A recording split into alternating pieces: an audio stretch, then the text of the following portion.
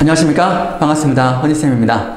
네, 이번 시간은 108번 청년에게 끊임없이 배운다라는 하종강 교수님의 칼럼을 공부하겠습니다. 오늘은 좀 늦었습니다. 미안합니다. 다음부터 좀 부지런히 하도록 하겠습니다.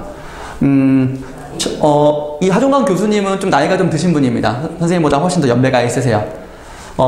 교수님이시니까 학생들을 지도할 거 아닙니까? 그러면 학생들이 청년이겠죠? 그러면 교수님이 생각하는 것보다 훨씬 더 진취적이고 더 낫게끔 여러 의견들을 준다는 거 아닙니까? 수업에 좀 더 효과적으로 수업하기 위해서 세상을 더 넓고 깊게 알아가기 위한 다양한 활동들을 한다는 거 아닙니까? 그래서 끊임없이 배운다.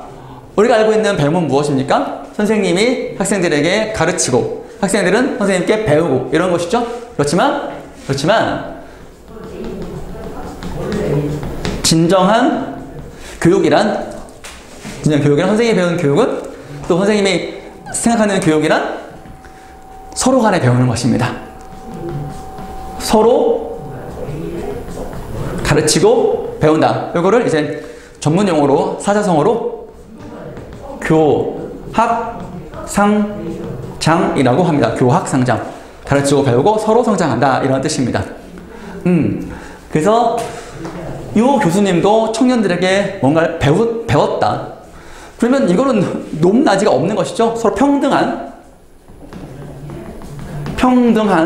우리가 지적 공동체, 자유로운 토론이 오가고 서로 의견을 주고받고 더 나은 아이디어를 생각해 내가지고 더 나은 세상을 만드는 것, 어떤 그런 것들 되게 보람 있고 가슴이 두근두근한 일이지 않겠습니까? 그렇습니다. 자, 이 교수님의 깨달음에 대해서 우리가 살짝 들어가 볼까요? 또 선생님도 교육자이다 보니까 여러분들과 함께 성장하고 싶고, 물론 학원이다 보니까 입시라는 그 커다란 장애물 앞에서, 벽 앞에서 우리가 다양한 걸 시도할 수는 없지만, 그래도 근본적으로 여러분들이 사고력을 키운다는 측면에서 국어라는 과목은 다양한 제재, 이런저런 글들, 우리가 지금 하고 있는 사설 칼럼도 마찬가지입니다. 이것이 여러분들에게 언젠가 반드시 크게 도움이 된다는 것을 여러분이 믿으시고 확인하시기 바랍니다. 효능감을, 자기 효능감. 글이 읽히네. 문제 의미가 이거 같은데 단어 의미가 잡히네. 이러면 여러분들이 훨씬 보람이 있는 것이다. 108번입니다. 앞으로 몇 번까지 갈까요, 여러분? 선생님은 날마다 할 겁니다. 그리고 또 여러 가지 다양한 시도를 할 것입니다. 준비됐습니까? 한번 가볼까요? 자, 메이저 언론사 기자가 전화를 했다. 경험이네요. 선생님의 경험담을, 교수님의 경험담을 얘기하고 계시네요. 메이저 언론사라는 거는 큰 언론사. 조선일보, 동아일보, KBS, MBC, JTBC 그런 거를 메이저 언론사, 큰 언론사라고 합니다. 교수님이니까 전화를 할 수 있어서 취재를 하고 얘기를 할 수 있겠죠? 페미니즘과 신입사원 채용 문제에 대해 몇 가지 물어봐도 될까요? 라고 이제 물어봤네. 페미니즘이라는 것은 여성주의. 선생님도 잘은 모르지만 그동안 여성이 남성과 여성을 놓고 봤을 때 평등하지 않았잖아요. 남성은 오히려 기회를 많이 갖고 여성은 기회를 누리지 못하고 차별을 받고 그랬죠. 그래서 그렇지 않은 것, 여성의 차별에 대한 철폐를 하는 것이 페미니즘이라고 쌤은 알고 있어요. 이해하고 있어요. 또 그래서 페미니즘과 신입사원 채용, 신입사원에서 남성, 여성에서 좀 보수적인 회사나 그런 데는 남성을 조금 더 알게 모르게 차별적으로 많이 뽑는다고 합니다. 그러면 안 되죠. 능력과 실력으로 충분하게 공정하게 뽑아야 되는 것이죠. 그런데 여성은 결혼하면 애 낳는다, 뭐 한다 해가지고 좀 그런 것 때문에 오히려 안 뽑고 그런 게 있대요. 차별이죠. 그것 때문에 여성의 많은 능력이 사장되고 없어지고 있는 것이죠. 그런 거에 대해서 이 기자가 교수님께, 노동과 관련된 교수님이니까 여쭤본 거죠. 내가 오히려 반문했다. 반대로 물었다. 아니, 그 문제를 지금 60대 후반인 남성인 저에게 물어보시는 겁니까? 기자는 이미 몇 사람을 거쳤는지 몇 사람에게 물어봤는데 모두 하종강 교수님을 추천했습니다. 물론 나 듣기 좋으라고 지레 한 말일 수도 있다. 미리 한 말일 수도 있다. 이런 경험이 있으시네. 여성에게 가산점이나 할당제가 적용되는 것에 대해 20대 남성들이 역차별, 이런 반발하는 현상에 대한 질문겠거니 짐작하고 심드렁하게 대했는데, 심드렁하게라는 말은 중요하지 않게 대했는데 의외로 간단한 문제였다. 페미니스트라는 이유로 채용을 거부하는 것에 대해 어떻게 생각하시느냐라고 묻는다. 당연히 잘못된 일이다 라고 생각하지만 기사에는 인용하지 말라. 내가 한 말을 하지 말라. 기자가 뜨악해 하며 어이없어 하며 어이없다는 거죠. 아니 왜요? 이유를 묻는다. 인용 기사에 표시된 제 나이를 보고 독자들은 이 기자가 정신이 있나? 페미니즘과 관련된 문제를 왜 60대 중반의 한국 남성에게 물어보다니, 그런 느낌을 받게 될 테고, 그러면 기사 전반에 대한 신뢰가 무너진다. 즉 주장에 대한 근거로 아무리 관련된 사람들, 전문가가 얘기한다 하더라도 그 대상이 60대, 나이가 많고 남성이야. 그러면 이 주제에 대해서 아무리 진보적인 생각, 합리적인 얘기를 한다 하더라도 그 메신저, 즉 메시지가 아무리 공정하고 평등하다 하더라도 메신저가 타당하지 못하면 이 메시지가 약화되는 거야. 그렇지? 신뢰할 수 없는 메신저라면 그 사람이 아무리 옳은 말을 해도 믿을 수가 없는 거야. 이런 걸 지금 여러분이 이제 얘기했고, 여러분 이해가 되십니까? 가십니까? 이해가? 솔직히 저도 제 판단을 확신하기 어렵습니다. 다른 젊은 학자를 추천했다. 다행히 기자는 좋은 걸 깨닫게 해주셔서 고맙다면서 대화를 끝냈다. 자, 이런 경험이네요. 좀 씁쓸하기도 하네요. 그죠? 괜한 손사래가 아니다. 손사래 거부하는 거죠? 아유 아니야 나는 됐어. 이거 드세요? 아 싫어. 거부하는 게 손사래입니다. 거절. 학교에서도 마찬가지다. 대학 수업을 벌써 세 학기째 온라인으로 코로나 때문에 진행하고 있다. 노동 아카데미는 대면 수업을 할 수 있는 상황을 기다리다가 결국 한 학기를 건너뛰었고 지금 두 학기째 온라인 강의로만 진행하고 있다. 수강생은 3배나 늘었고, 뛰어야 되는데 늘었고, 전국 각지는 물론 해외에서도 수강 신청을 하는 등 전화위복됐다. 전화위복 여러분 한자 성어. 재앙이 바뀌어 복이 됐다. 재앙이 바뀌어 복이 됐다. 그래서 상황이 코로나 때문에 수강생이 별로 안 모였는데 오히려 온라인으로 하니까 수강생이 엄청 많이 모였다. 이런 뜻이죠. 그러나 아까 우리가 예전 글에서도 온라인 강의에 좋은 점도 있지만 뭔가 문제점도 있었다는 걸 여러분이 알고 계시죠? 자치회 운영, 사람 만나서 하는 커뮤니티도 어렵고, 신영보 선생님께서 생전에 전파해 주신 땅 탁구 여러분 해본 적 있으십니까? 선생님 해본 적 있습니다. 꼬마였을 때. 엄청 재밌습니다. 체육대회나 역사기행은 꿈도 꿀 수 없다. 못 만나니까. 그쵸? 어서 빨리 코로나19 상황이 종식되고 끝나고 끝. The end. 게임 오버. 대면 수업을 할 수 있는 날만 기다리고, 선생님 마스크 좀 없이 여러분도 얼굴 좀 봤으면 좋겠어. 마스크 쓰고 있으니까 여러분 원래 얼굴이 모르겠어. 좀 안타까워 나중에.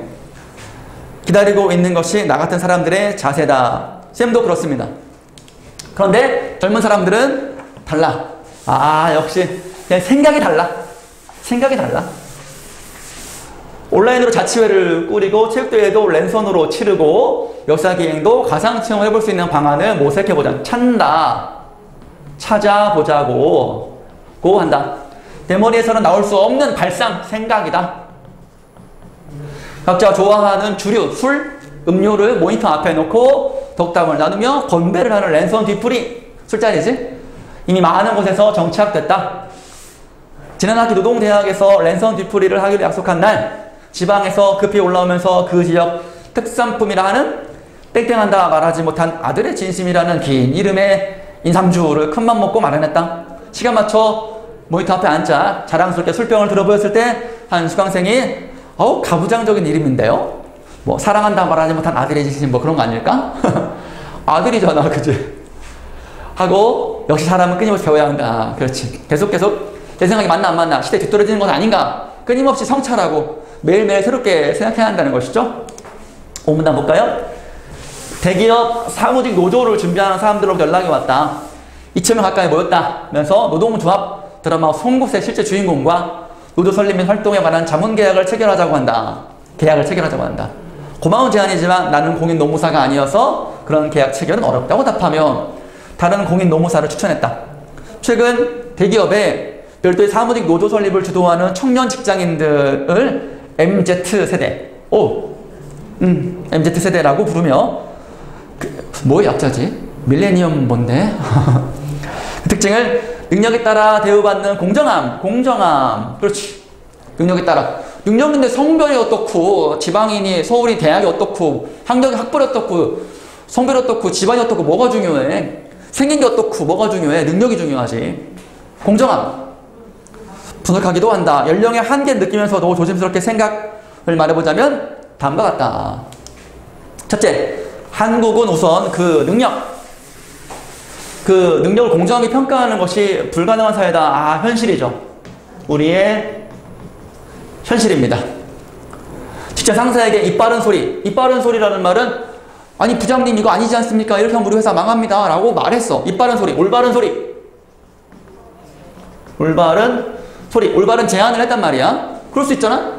아니 상사가 무조건 오르라는 법은 없지 않습니까? 잘못했어요. 그러면 당연히 부하 직원이 회사를 위해서, 조직을 위해서 아닌 거 아니라고 말해야지. 그게 맞지. 그게 바른 조직이지.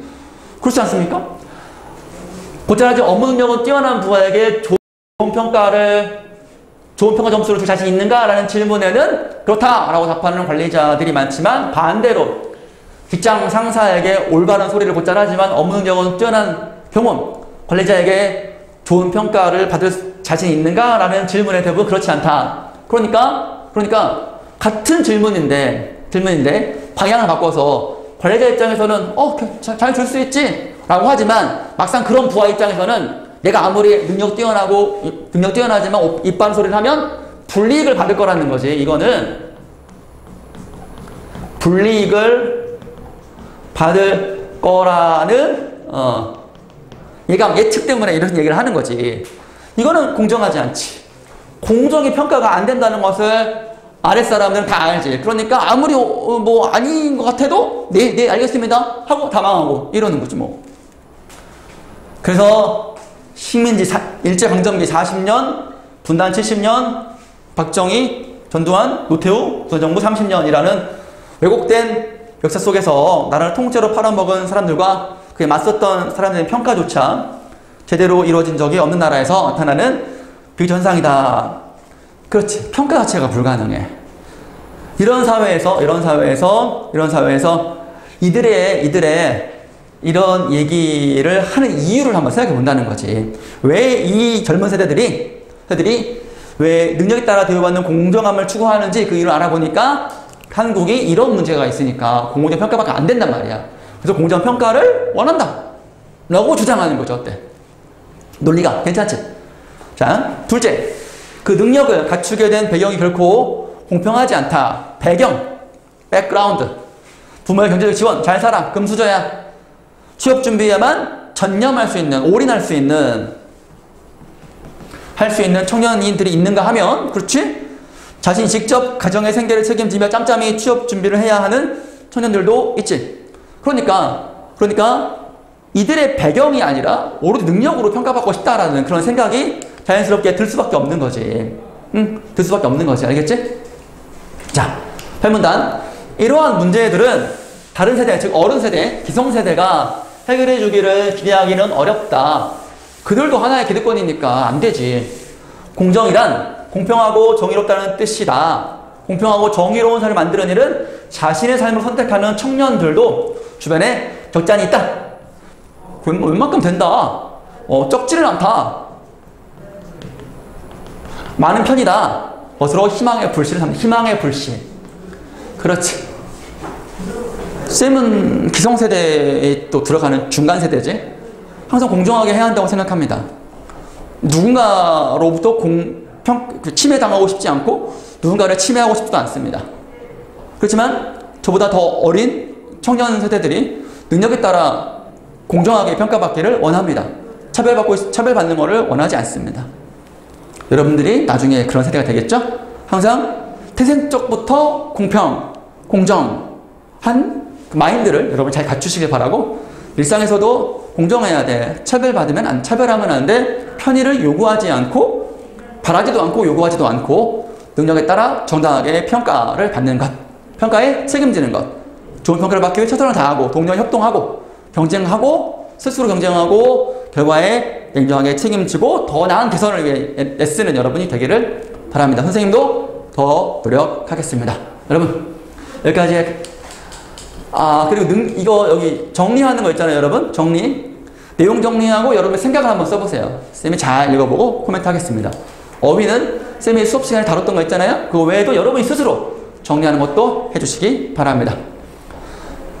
농사를 짓는 농부의 마음으로 밭을 고르고 씨를 뿌리고 수확하는 그런 때가 반드시 올 겁니다. 그때까지 계속 배우는 여러분이 되길 바랍니다. 여기까지 하겠습니다. 수고했습니다.